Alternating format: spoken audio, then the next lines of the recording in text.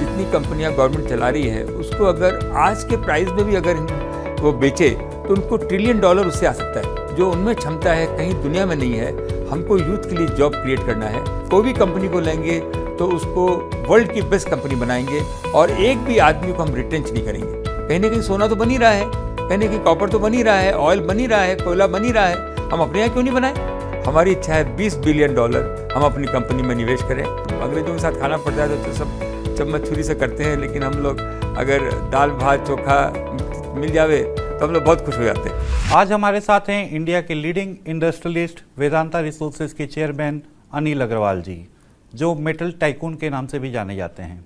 अनिल अग्रवाल जी, ABP news पे आपका बहुत बहुत स्वागत है। आज हम इनसे बात करेंगे इनके पर्सनल लाइफ के बारे में, इनके प्रोफेशनल लाइफ के बारे में, इनके चैरिटी के बारे में और इनके बिजनेस के बारे में। सर, एक पटना से एक स्क्रैप डीलर बम्बई आता है, बम्बई से लंदन जाता है। ये जो पूरा आपका जर्नी है, इसको आप हमारे दर्शकों को समझाएंगे, जो अपने लाइफ में जो स्ट्रगलिंग फेज था और अभी आप बिलियनियर कैसे बने? हम लोग बिहार के हैं। बिहार यूपी में हम लोग एक ज़्यादा सोचते नहीं हैं, आगे बढ़ते जाते हैं। जो एक सपना देखने की हम लोग सबकी इच्छा रहती है और सपना हम लोग देखते हैं। तो मेरे को अभी भी याद है, 19 साल का था, मैंने कई बार बोला है 75 में, तो जब बीटी स्टेशन पे उतरा, 3 टायर में एक बेडिंग होती थी और एक लोहे का बक्सा होता था, लेके उतरे। कोई कम मौका मिला बम्बई आने का, जब बाहर निकले तो बॉलीवुड की मूवी दिख गई। वही बीटी स्टेशन दिखता था, वही टैक्सी दिखी और मैंने कहा कि हम लोग तो हनुमान जी को मानते हैं, तो बोले भाई हनुमान जी हम लोग को यहाँ रख लो, अब यहीं रहना है। तो ऐसा मन में विचार करके रहे और आगे बहुत तकलीफ़ें आई। लेकिन तकलीफ़ तो स्टेट ऑफ माइंड है, तकलीफ़ तो आती है और जाती है, लेकिन हम लोग की जो हिम्मत रहती है, हर जगह से निकल जाते हैं, आगे बढ़ते जाते हैं, रोज़ नई बात सीखते हैं। सड़क पे भी खा सकते हैं, 5 स्टार होटल में भी खा सकते हैं। अंग्रेजी नहीं बोलना आता है, धीरे धीरे वो भी सीख जाते हैं। तो करते करते करते आगे बढ़ जाते हैं और कोई गॉडफादर नहीं होता है तो एक अपॉर्चुनिटी हो जाती है। कोई भी अगर गॉडफादर रहते हैं, बड़े लोग रहते हैं, तो हरदम लगता है कि उनका नाम खराब हो जाएगा। यहाँ तो न मूछ है न पूछ है, तो अपने उसी में आगे बढ़ते चले गए और ईश्वर की कृपा रही। बहुत अच्छा लगा, आनंद आया, लाइफ की जर्नी बहुत अच्छी लगती है। फिर अमेरिका भी चले गए, अमेरिका भी रहे, हमारी लड़की का वहाँ जन्म हुआ, वहाँ भी कई साल निकाले। फिर उसके बाद लंदन तो इसलिए आना पड़ा, लंदन क्योंकि यहाँ पे पैसा नहीं मिल रहा था। तो मेरे को किसी ने बताया कि लंदन में अथाह समुद्र है पैसों का, अगर आप वहाँ जाके लिस्ट कराएंगे तो आपको, तो वहाँ चले गए। वहाँ जाके यहाँ की कंपनी थी जो छोटी थी, 40-50 मिलियन से ऊपर बढ़ नहीं रही थी और अरमान बहुत बड़े थे। हम धर्म और कर्म, हमारे पिताजी ये 2 ही बात हमको सिखाए गए कि धर्म को हाथ में रखते हुए कर्म करते रहना और कभी भी डरना नहीं, लेकिन अपनी नम्रता को नहीं छोड़ना। कभी भी डरना नहीं और नम्रता को नहीं छोड़ना। देने वाला ईश्वर है, वो तुमको देगा। तो इन्हीं बातों से चलते चले गए और कभी सक्सेस मिली नहीं मिली। आप देखिए $35 बिलियन वहाँ रेज़ किया। यहाँ वाजपेयी जी की गवर्नमेंट थी, उन्होंने उनके टाइम में हिंदुस्तान जिंक दिया, बाल्को दी, उसको एकदम जैसे पट्टे पे देवताओं को रखते हैं वैसे रख करके उसको आगे बढ़ाया और 20-20 गुना उस कंपनियों को बड़ा कर दिया। हमने क्या किया, करने वाला अगेन, लेकिन ये हुआ तो बहुत अच्छा लगता है। आज जर्नी बहुत अच्छी रही। एक ज़माना था कि बीवी और बच्चे चाहे रात में 2 बजे भी पहुँचो तो थाली लेके ऊँगती रहती थी मेरी बीवी। जब तक हम नहीं आते थे दोनों थाली में बैठ के खाते थे कि आज दिन अच्छा नहीं गया, बोले कोई बात नहीं, कल ठीक हो जाएगा। तो दोनों साथ में खाते थे। आज बड़ा मकान हो गया, बच्चे लोग इधर उधर चले गए, अब घर जाते हैं तो कोई स्वागत करने वाला नहीं है, तो 2 कुत्ता रखा है, तो वही लोग आके गले से लगता है, उन्हीं के साथ में हम अपनी खुशी बांटते हैं। ये नहीं किसी में प्यार कम हुआ है, पर जैसे जैसे टाइम आगे बढ़ता है समय बदलता जाता है। सर, अभी हमने देखा आपका एक ट्वीट जो कि हर्ष गोयनका ने किया था कि आप कैसे बॉलीवुड के गाना गा रहे थे। तो इतने down to earth chairman CEO हमने आज तक नहीं देखा, कोई प्रमोटर जो इतना डाउन टू अर्थ हो, आराम से बात करता हो।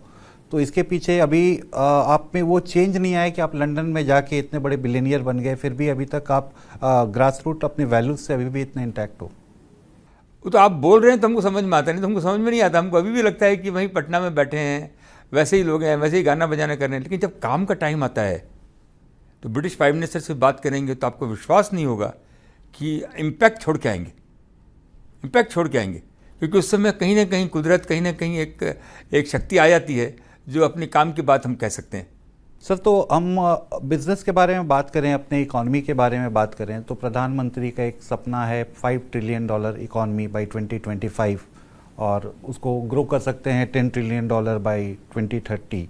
तो सर, ये जो कोविड-19 पैंडेमिक आया तो लोग कहते हैं कि 2 महत्वपूर्ण साल हमने इसमें गंवा दिए। तो टारगेट अभी हम लोग किस स्टेज पे हैं और वेदांता कैसे काम कर रहा है इस टारगेट को अचीव करने के लिए? वेदांता ग्रुप का क्या कंट्रीब्यूशन होगा इसमें?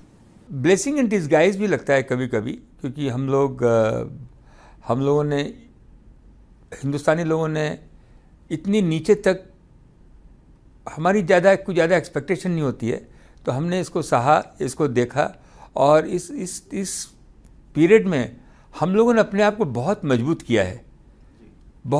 किया है। ये टेक्नोलॉजी का ज़माना आ गया, और जिस बाउंस बैक के साथ में हमारी इकोनॉमी आई है, मेरे को लगता है कि कहीं दुनिया में ऐसी नहीं है। हमारे हर प्रोडक्शन एरिया में प्रोडक्शन आगे बढ़ा है। गवर्नमेंट बहुत अग्रेसिव हुई है, अग्रेसिव होकर सारी पॉलिसियों को सिंपल कर रही है, जिससे कि हमारे देश जो है, पूरी दुनिया में गवर्नमेंट बिजनेस नहीं चलाती है, जो डेमोक्रेटिक कंट्री है। बिजनेस जो है कॉरपोरेट चलाती हैं। कॉरपोरेट में प्राइवेट नहीं करें, प्राइवेट 20% कर सकते हैं, 80% जो है वो शेयर जो है पब्लिक के पास रहते हैं। पब्लिक ही बोर्ड चुनती है, और पब्लिक ही बोर्ड में से सीईओ चुनती है, और सीईओ उस कंपनी को चलाता है। सारी दुनिया में वैसा ही है। आज भी आप देखें तो L&T आप देख लीजिए, ITC देख लीजिए, एंड दुनिया भर की कंपनी हिंदुस्तान में भी हैं, क्या चला रही है। हमारे देश में भी ऐसा क्यों नहीं हो सकता है? कुछ कंपनी प्राइवेट करें, कुछ कंपनियों को कॉर्पोरेटाइज भी करें।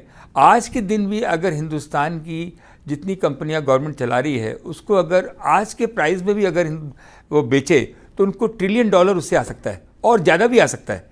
सबसे ज़्यादा ज़रूरी है हमारा जॉब।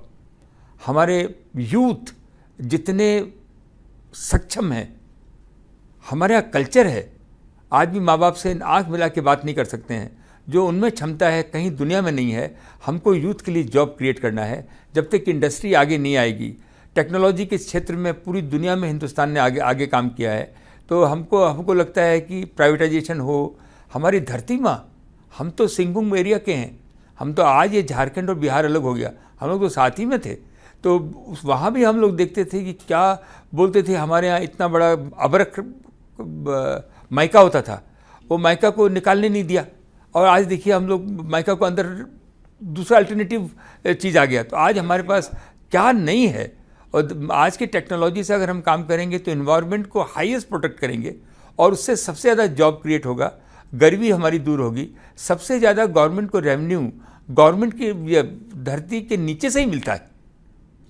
तो आने वाले दिनों में मेरे को हिंदुस्तान, जो भी पैंडेमिक हुआ उसमें भी आज हम लोगों ने दिल खोल करके 80 कंट्रियों को वैक्सीन दिया। हमने सबसे, आज हमारे पूरी दुनिया में हमारा नाम है वैक्सीन को लेकर। तो ये भी हम, जैसे हमारे प्रधानमंत्री जी बोलते हैं कि वसुधैव कुटुंबकम, वो हम उसी को मानते भी हैं। मैं तो पर्सनली मेरे को तो समझ में नहीं आता है कि कौन पराया है कौन अपना है, सब अपने ही लगते हैं। तो वैसा प्रधानमंत्री जी बात करते हैं, और पैंडेमिक को हमने झेला है, और वो कुदरत का काम है, कुदरत कर रही है। हमको अपने आप को सुधारना है कि हमसे कोई गलती हो गई हो, उसको हम सुधारें। आने वाले दिनों में मेरे को हिंदुस्तान का भविष्य बहुत अच्छा लगता है, और हरदम एक ही नज़र रहनी चाहिए हमारे यूथ पर। हमारा यूथ, हमारी लड़कियां बहुत सक्षम हैं, उनको हम कैसे जॉब प्रोवाइड करें, कैसे उनको आगे बढ़ाएं, कैसे वो स्टार्टअप करें, कैसे उनको साहस दें। अगर वो बांसुरी भी बजाना चाहते हैं, कोई मूर्ति बनाना चाहते हैं, पेंटिंग भी करना चाहते हैं, तो उनको इनकरेज करें। उनको वकील और डॉक्टर बनाना ही जरूरी नहीं है, हर क्षेत्र में वो आगे बढ़ सकते हैं। सर, जैसा कि आपने कहा कि ज़्यादा से ज़्यादा कंपनीज़ को अभी प्राइवेटाइज करना चाहिए, सरकार कर भी रही है और बहुत ठोस कदम भी उठाए हैं इसमें। आप देखें तो BPCL का प्राइवेटाइजेशन का बात चल रहा है, एयर इंडिया का बिड्स का भी बात चल रहा है।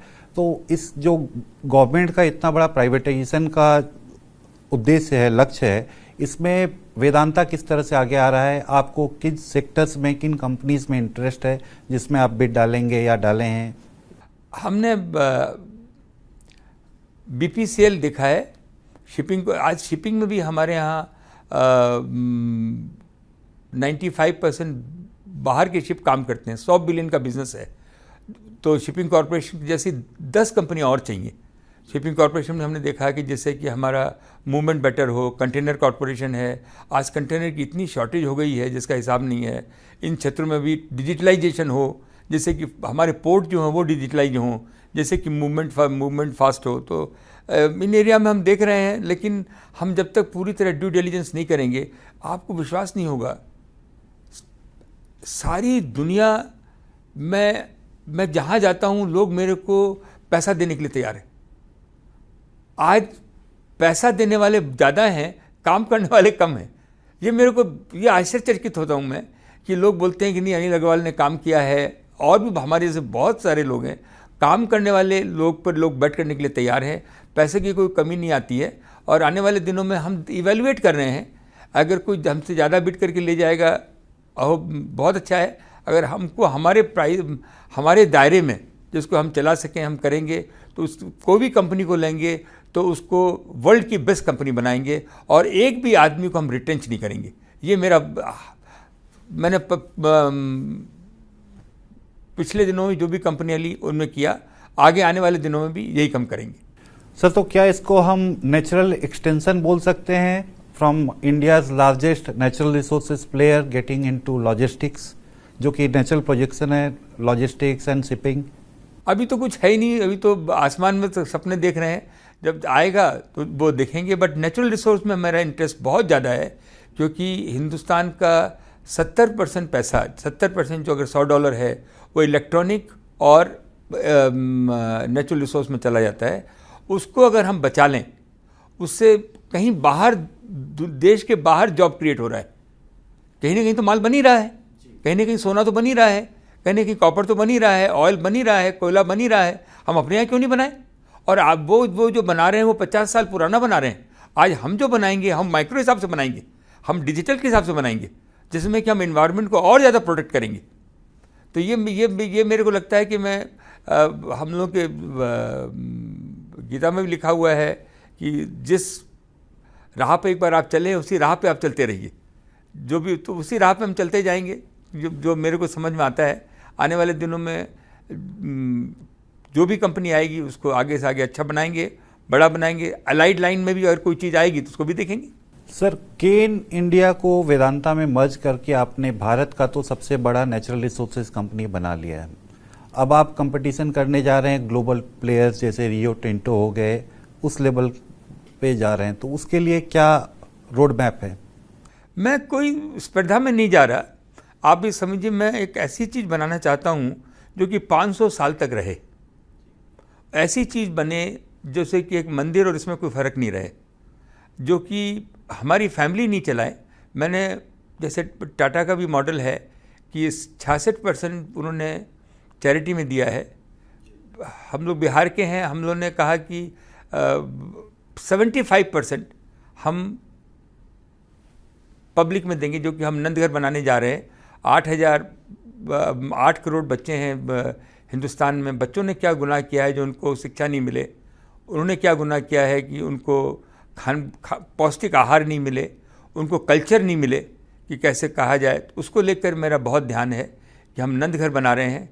तो वो उस दिशा में मेरा बहुत है कि ये कंपनी कैसी बने जो कि अपने आप चले। आज जब अपने आप चले और एक पूरी दुनिया में एक नाम हो कि हिंदुस्तानी कंपनी इतनी अच्छी तरह से भी चल सकती है, यही मेरा एक ध्येय है। और इसी में मैं लगा हुआ हूँ। और आने वाले दिनों में आपको विश्वास होगा, ये कंपनी एक ऐसी कंपनी है जो कि run for the people, work for the people और work for the youth. Sir, तो वेदांता भारत में आने वाले कुछ सालों में कितना पैसा निवेश करेगी? कंपनी का रोड मैप क्या है, कैसे आगे बढ़ेंगे, कितना निवेश करेंगे? जो मेरे समझ में आ रहा है कि तेल के उत्पादन में, एल्युमिनियम के उत्पादन में, हम जिंक के उत्पादन में, सिल्वर के उत्पादन में, हम आयरन ओर के उत्पादन में, हम लार्जेस्ट फाइबर ऑप्टिक, जो हमारे प्रधानमंत्री जी का है कि हर मंडी में फाइबर ऑप्टिक से काम हो, हर एजुकेशन सेक्टर में फाइबर ऑप्टिक से काम हो, उन्होंने लाल किले पर से अनाउंस किया। और रिन्यूएबल, हाइड्रोजन, इनमें हम आगे बढ़े। हमारी बहुत अच्छी कंपनी है STL, वो बहुत आगे बढ़ रही है। वो ये कंपनी है जो कंप्लीट 5G के ऊपर पूरा उसका ध्यान है। हम ग्लास बनाते हैं ताइवान में, कोरियन में, फैब और सेमीकंडक्टर, इसमें हमारा बहुत ध्यान है। सेमीकंडक्टर में मेरा दिल लगा हुआ है, फैब में मेरा दिल लगा हुआ है, जिससे कि हज़ारों फैक्ट्रियाँ लगे जो कि खुद की इलेक्ट्रॉनिक चीज़ें बना सकें। तो आने वाले दिनों में हम लोग तो उत्साह से बात करते हैं, देखिए हम उत्साह से बात करते हैं। हमारी इच्छा है $20 बिलियन हम अपनी कंपनी में निवेश करें। पैसे की कोई कमी नहीं है, लोग हमारे पीछे। हमने आज तक, आपको विश्वास नहीं होगा, अपनी सैलरी के अलावा हमने कंपनी से कुछ भी नहीं लिया और कभी भी अपना एक शेयर भी नहीं बेचा। हरदम इसी में लगे रहे कि हमारी कंपनी आगे बढ़े। सर, $20 बिलियन इन्वेस्टमेंट, ये तो बहुत ही बड़ा एक रकम है। यदि आप बाइफर्केट करके बताएंगे कि किस बिजनेस में कितना इन्वेस्ट करेंगे? 25% हम करेंगे टेक्नोलॉजी में, हमारी टेक्नोलॉजी की कंपनी है, और 75% हम अपने natural resource oil and gas में सबसे ज़्यादा करेंगे। उसके बाद जिंक, एल्युमिनियम, कॉपर, इसमें हमारा बहुत ध्यान है। थोड़ा पैसा प्राइवेटाइजेशन में जाएगा। तो यही एक अनुभव से बता सकता हूँ मैं।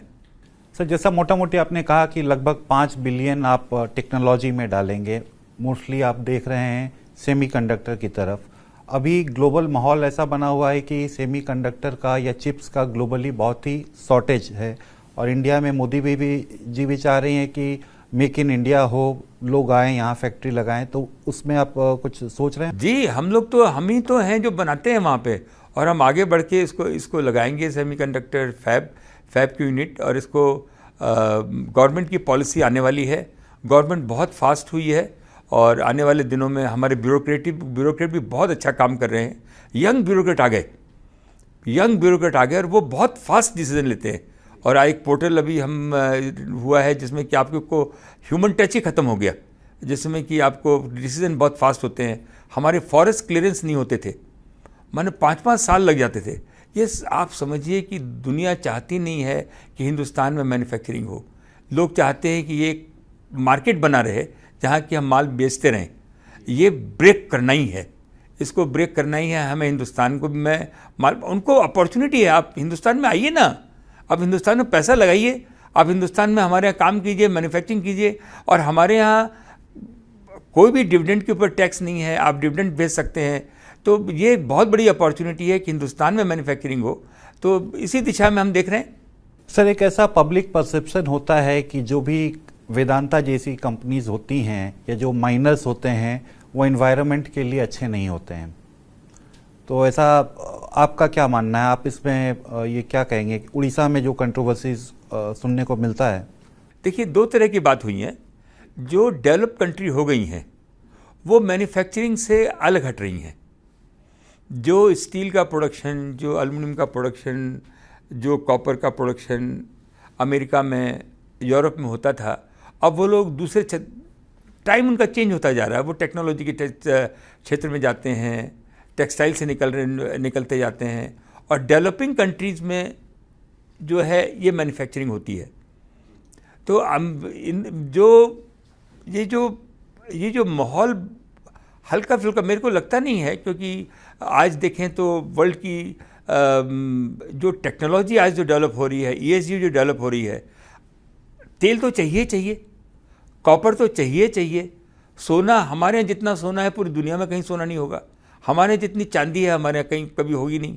ये पूरा का पूरा कभी कभी लगता है कि पूरे हिंदुस्तान के पीछे लगे हैं कि 5 आदमी अगर दुनिया में हैं उनमें से एक आदमी हिंदुस्तानी है। और हिंदुस्तान को अब आ गया है टाइम कि हम गरीब नहीं रहने देंगे। आज आ गया है कि हम उसमें रोज़गार पैदा करेंगे। तो हम लोग को बहुत सावधान रहना है। हम लोग को हाईएस्ट अपनी इन्वायरमेंट की पॉलिसी रखनी है, सेल्फ सर्टिफिकेशन विश्वास के साथ काम करना है। लेकिन टाइम आ गया है कि अब हम आगे बढ़ेंगे। अब हम पीछे मुड़ के इम्पोर्ट कर कर के जिंदा नहीं रहेंगे। सर, आज भी 80% क्रूड ऑयल हम इंपोर्ट करते हैं और बाकी बहुत सारे मेटल्स भी हम इंपोर्ट करते हैं। इसके बावजूद आपका जो प्लांट है तमिलनाडु में वो बंद पड़ा हुआ है। माइनिंग आपको उड़ीसा में परमिशन नहीं मिल रहा है। तो आप इसको कैसे आगे लेके जा रहे हैं सरकार के साथ? ये हमारा जो बंद है वो खाली 5% ही है, लेकिन इससे हमें बहुत अनुभव मिलता है। अनुभव मिलता है कि कितना वेस्टेड इंटरेस्ट है, कितना वेस्टेड। क्योंकि हम तो नए हैं ना। बिहार का एक आदमी 20-25 साल में आया, इतना कुछ कर गया। जो मजबूत हैं वो तो मजबूत हैं। तो हमको भी बहुत एक्सपीरियंस मिलता है। हम हरदम बोलते हैं। हमारी लड़की भी जब इंग्लैंड में पढ़ती थी तो बोलती थी कि पापा 8-9 साल की थी कि मेरे को स्विमिंग में चांस ही नहीं देते हैं, मेरे को घुड़सवारी में चांस ही नहीं देते। हम बोले बेटा हम लोग बाहर से आए, हम लोग नए हैं। अगर 25% एक्स्ट्रा काम करोगी, अच्छी मेहनत करोगी तो लोग चांस देंगे। हम भी उसी में लगे हैं। मेरे 1 लाख लोग हमारे यहाँ काम करते हैं। बाय एंड लार्ज हमारे यहाँ यूनियन नहीं है। मेरा पर्सनल टच है मेरे आदमियों से। आप हमारे एक एक आदमी को देखेंगे तो वेदांता के आदमी सारे हीरा हैं हमारे यहाँ से जो निकलते हैं, वो हमसे सब जुड़े हुए हैं। मैं उनको यही बोलता हूँ कि जब तक कि आप और लोगों से बेटर काम नहीं करोगे आपकी पहचान नहीं होगी। तो ये परीक्षाएं चलती हैं। लेकिन मैं आपको, हम तो गंगा जी को बहुत मानते हैं, हाथ रख के कसम खा सकता हूँ कि कभी भी हम कोई ऐसा काम नहीं करेंगे जो कि देश के विपरीत हो, देश को इन्वायरमेंट का फ्लॉट हो, या हम किसी भी ऐसे काम में नहीं जाएंगे जो सही नहीं हो।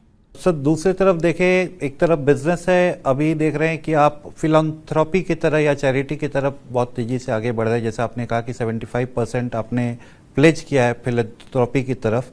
तो how do you divide your time between your business, philanthropy and family? Family तो हम लोगों में लिखा हुआ है कि शरीर जो है टेम्पल जैसा है। फैमिली जो है उसको आप ट्रस्टी हैं, उनको देखना है, बच्चों को पढ़ाना है। लेकिन वो अपने कर्म लेके आए हैं। उसके बाद हर आदमी में एक हुनर होता है। उसी हुनर में अगर आप, हमारे दलाई लामा जी बोलते हैं कि अगर आप स्वीपर है तो अच्छा स्वीपर बन के दिखाओ, एकाग्रता से काम करो। तो वही हम भी कर रहे हैं कि हमको जो आता है उसको किया है, उसको आगे बढ़ा रहे हैं। एक इंस्टीट्यूशन बनाया है, एक ऐसा बड़ा जहाज़ बनाया है जो कि समुद्र में चला जाए, लोग उसको देखें। और मैं पब्लिक लाइफ में अगर कुछ कर सकूं, हमारे बच्चे हैं, 8 करोड़ बच्चे हैं, 2 करोड़ महिलाएं हैं। हमारे जो इन सब कामों में अगर मैं योगदान दे सकूं, अब जो काम भी मैं करता हूं वो भी अगर वो सोसाइटी के लिए ठीक नहीं है तो मैं नहीं करूंगा। आज एल्युमिनियम भी बनाते हैं, कॉपर भी बनाते हैं, जिंक भी बनाते हैं, ऑयल भी बनाते हैं। उससे हजारों इंडस्ट्री लगती हैं। और हिंदुस्तान में सबसे ज़्यादा टैक्स देते हैं, 3 लाख करोड़ रुपए टैक्स देते हैं। और मेरे को बहुत गर्व भी महसूस होता है क्योंकि उस पैसे से इंफ्रास्ट्रक्चर बनता है, गवर्नमेंट बड़े बड़े काम करती हैं। तो आगे आने वाले दिनों में ये दोनों पंख हैं, धर्म और अर्थ, इसको साथ में लेके चल रहे हैं। लेकिन इच्छा यही है आने वाले दिनों में जाएं तो लोगों को काम में ही लगे रहें, लोगों को काम आए। काम करना तो हमारा एक जाति है। और आने वाले दिनों में हम गवर्नमेंट तो है नहीं, लेकिन आने वाले दिनों में अगर बच्चों को, हमारी महिलाओं को जो कि बहुत सक्षम हैं, बहुत अच्छी हैं, उनको हम सेल्फ सफिशिएंट कर सकें, तो एक मुहिम लिया है, इसको भी आगे चलाते हैं। सर, आपके एक लड़का है, एक लड़की है। अभी हमने ट्विटर पे देखा कि आपने अपने लड़की को कैसे डॉटर्स डे में विश किया। सो उनका कंपनी में, वेदांता में क्या रोल है? इन्वायरमेंट का एस्पेक्ट वो देखती हैं और कैसे उनको आप नेक्स्ट जेन के आप कैसे कंपनी में इंड्यूस कर रहे हैं? वो बहुत छोटा छोटा काम कर रहे हैं, सीख रहे हैं काम। हमारी लड़की जो है वो एक्टिविस्ट थी। पहले वो आपके नाम के पीयूष पांडे जी के साथ में असिस्टेंट थी, रीडिफ में काम करती थी, एक्टिविस्ट थी। उसको एनिमल वेलफेयर में बहुत काम है। आपको विश्वास नहीं होगा, उसने योढ़ा बोल के एक चलाया, आज एलिफेंट को भी देख रही है। उसका एक ही काम है, वो एनिमल के पीछे लगी है कि उसको किसी तरह भी उस काम में उसकी बहुत इच्छा है। हमने अपने कंपनी में भी कहा कि उसको साथ में लगाएं। हमारी ऋतु है जो सारा काम देखती हैं, तो उनके साथ भी वो लगी हैं। लग कर के अगर हम उनका माइंड बहुत अच्छा है और बहुत अच्छा सोचती है। अगर वो हमारी कंपनी में भी अगर किसी तरह का भी वैल्यू क्रिएट कर सके तो उसमें भी है। बेटा भी हमारा छोटा एक कॉपर का काम देखता है। तो ये लोग सब, मैं इनको बोला हूँ आने वाले दिनों में तुम वेदांता से बड़ी कंपनी बनाना और जो तुम्हारे अरमान है वो पूरे करना, लेकिन वेदांता जो है इंस्टीट्यूशन बना रहेगा जो कि आगे बढ़ के एक दुनिया में अलग एक अपनी प्रतिभा करेगा। सर, अपने फ्री टाइम में रतन टाटा अपने पेट्स के साथ टाइम स्पेंड करते हैं, वॉरेन बफेट ब्रिज खेलते हैं, बिल गेट्स गोल्फ खेलते हैं। आप क्या करते हैं? हम लोग तो बिहार के हैं तो अभी भी वही पुरानी सब आदत है। आपने देखा बिरहा भी गा सकते हैं, गाना बजाना भी कर सकते हैं, रामायण का चौपाई भी आप बोलेंगे तो पूरा पढ़ सकते हैं। तो इसमें भी मन लगता है। उसके बाद सिनेमा बहुत देखते हैं, सिनेमा देखने का बहुत शौक़ है। कभी सोचते ही नहीं थे कि इतने बड़े फिल्म एक्टर हैं वो लोग हमको आके नमस्कार करेंगे। हमको लगता था उनको कभी देख लेंगे तो ये भी अच्छा लगता है। तो कोई ऐसे ज़्यादा कुछ शौक़ नहीं है। शौक़ यही सब खाने का बहुत शौक़ है। और देसी खाना अगर अंग्रेज़ों के साथ खाना पड़ता है तो सब चम्मच छुरी से करते हैं, लेकिन हम लोग अगर दाल भात चोखा मिल जावे तो हम लोग बहुत खुश हो जाते हैं। बहुत खुश बहुत रहते हैं। हमारी खुशी हमसे कोई नहीं छीन सकता है। सर, लास्ट मूवी आपने कौन सा देखा था बॉलीवुड का? इधर में तो कोई मूवी आया नहीं, लेकिन मेरे को बहुत एक जो मूवी है थ्री इडियट अच्छी लगी। उसमें वो थोड़ा अच्छा था, उसमें मैसेज भी था, अच्छा था। तो वो एक मूवी मेरे को समझ में आ रहा है। आपने इमीडिएटली पूछा था, ऐसे तो बहुत सारी मूवी है, ऐसी कोई मूवी नहीं होगी। जैसे अभी भी जो है कभी कभी 10 बार देख लिए होंगे फिर देख लेते हैं। अमिताभ बच्चन की मूवी सब अच्छी लगती है, हमारे अच्छे दोस्त भी हैं, फिर भी उनकी मूवी देखने में मज़ा आता है। सर, लास्ट जाते जाते एक सवाल कि इंडिया का जो सपना है 5 ट्रिलियन इकॉनमी में पूरा करना है 2025 तक, आपको लगता है कि this decade belongs to India, the time has come for India? एकदम आ गया है। मैं एक ही बात बोल सकता हूँ, हिंदुस्तान को अपने इंटरप्रेन्योर पे नाज होना चाहिए।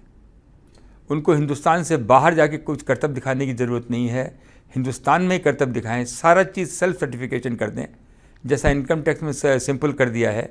सब पोस्ट असेसमेंट करें। और 2 ही बातें हमको लगती है, थोड़ा power of ignorance.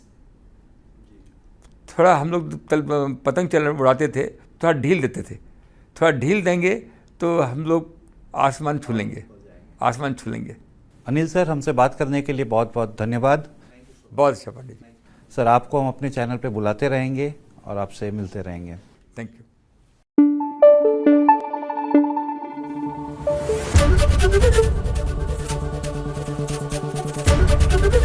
ABP news आपको रखे आगे।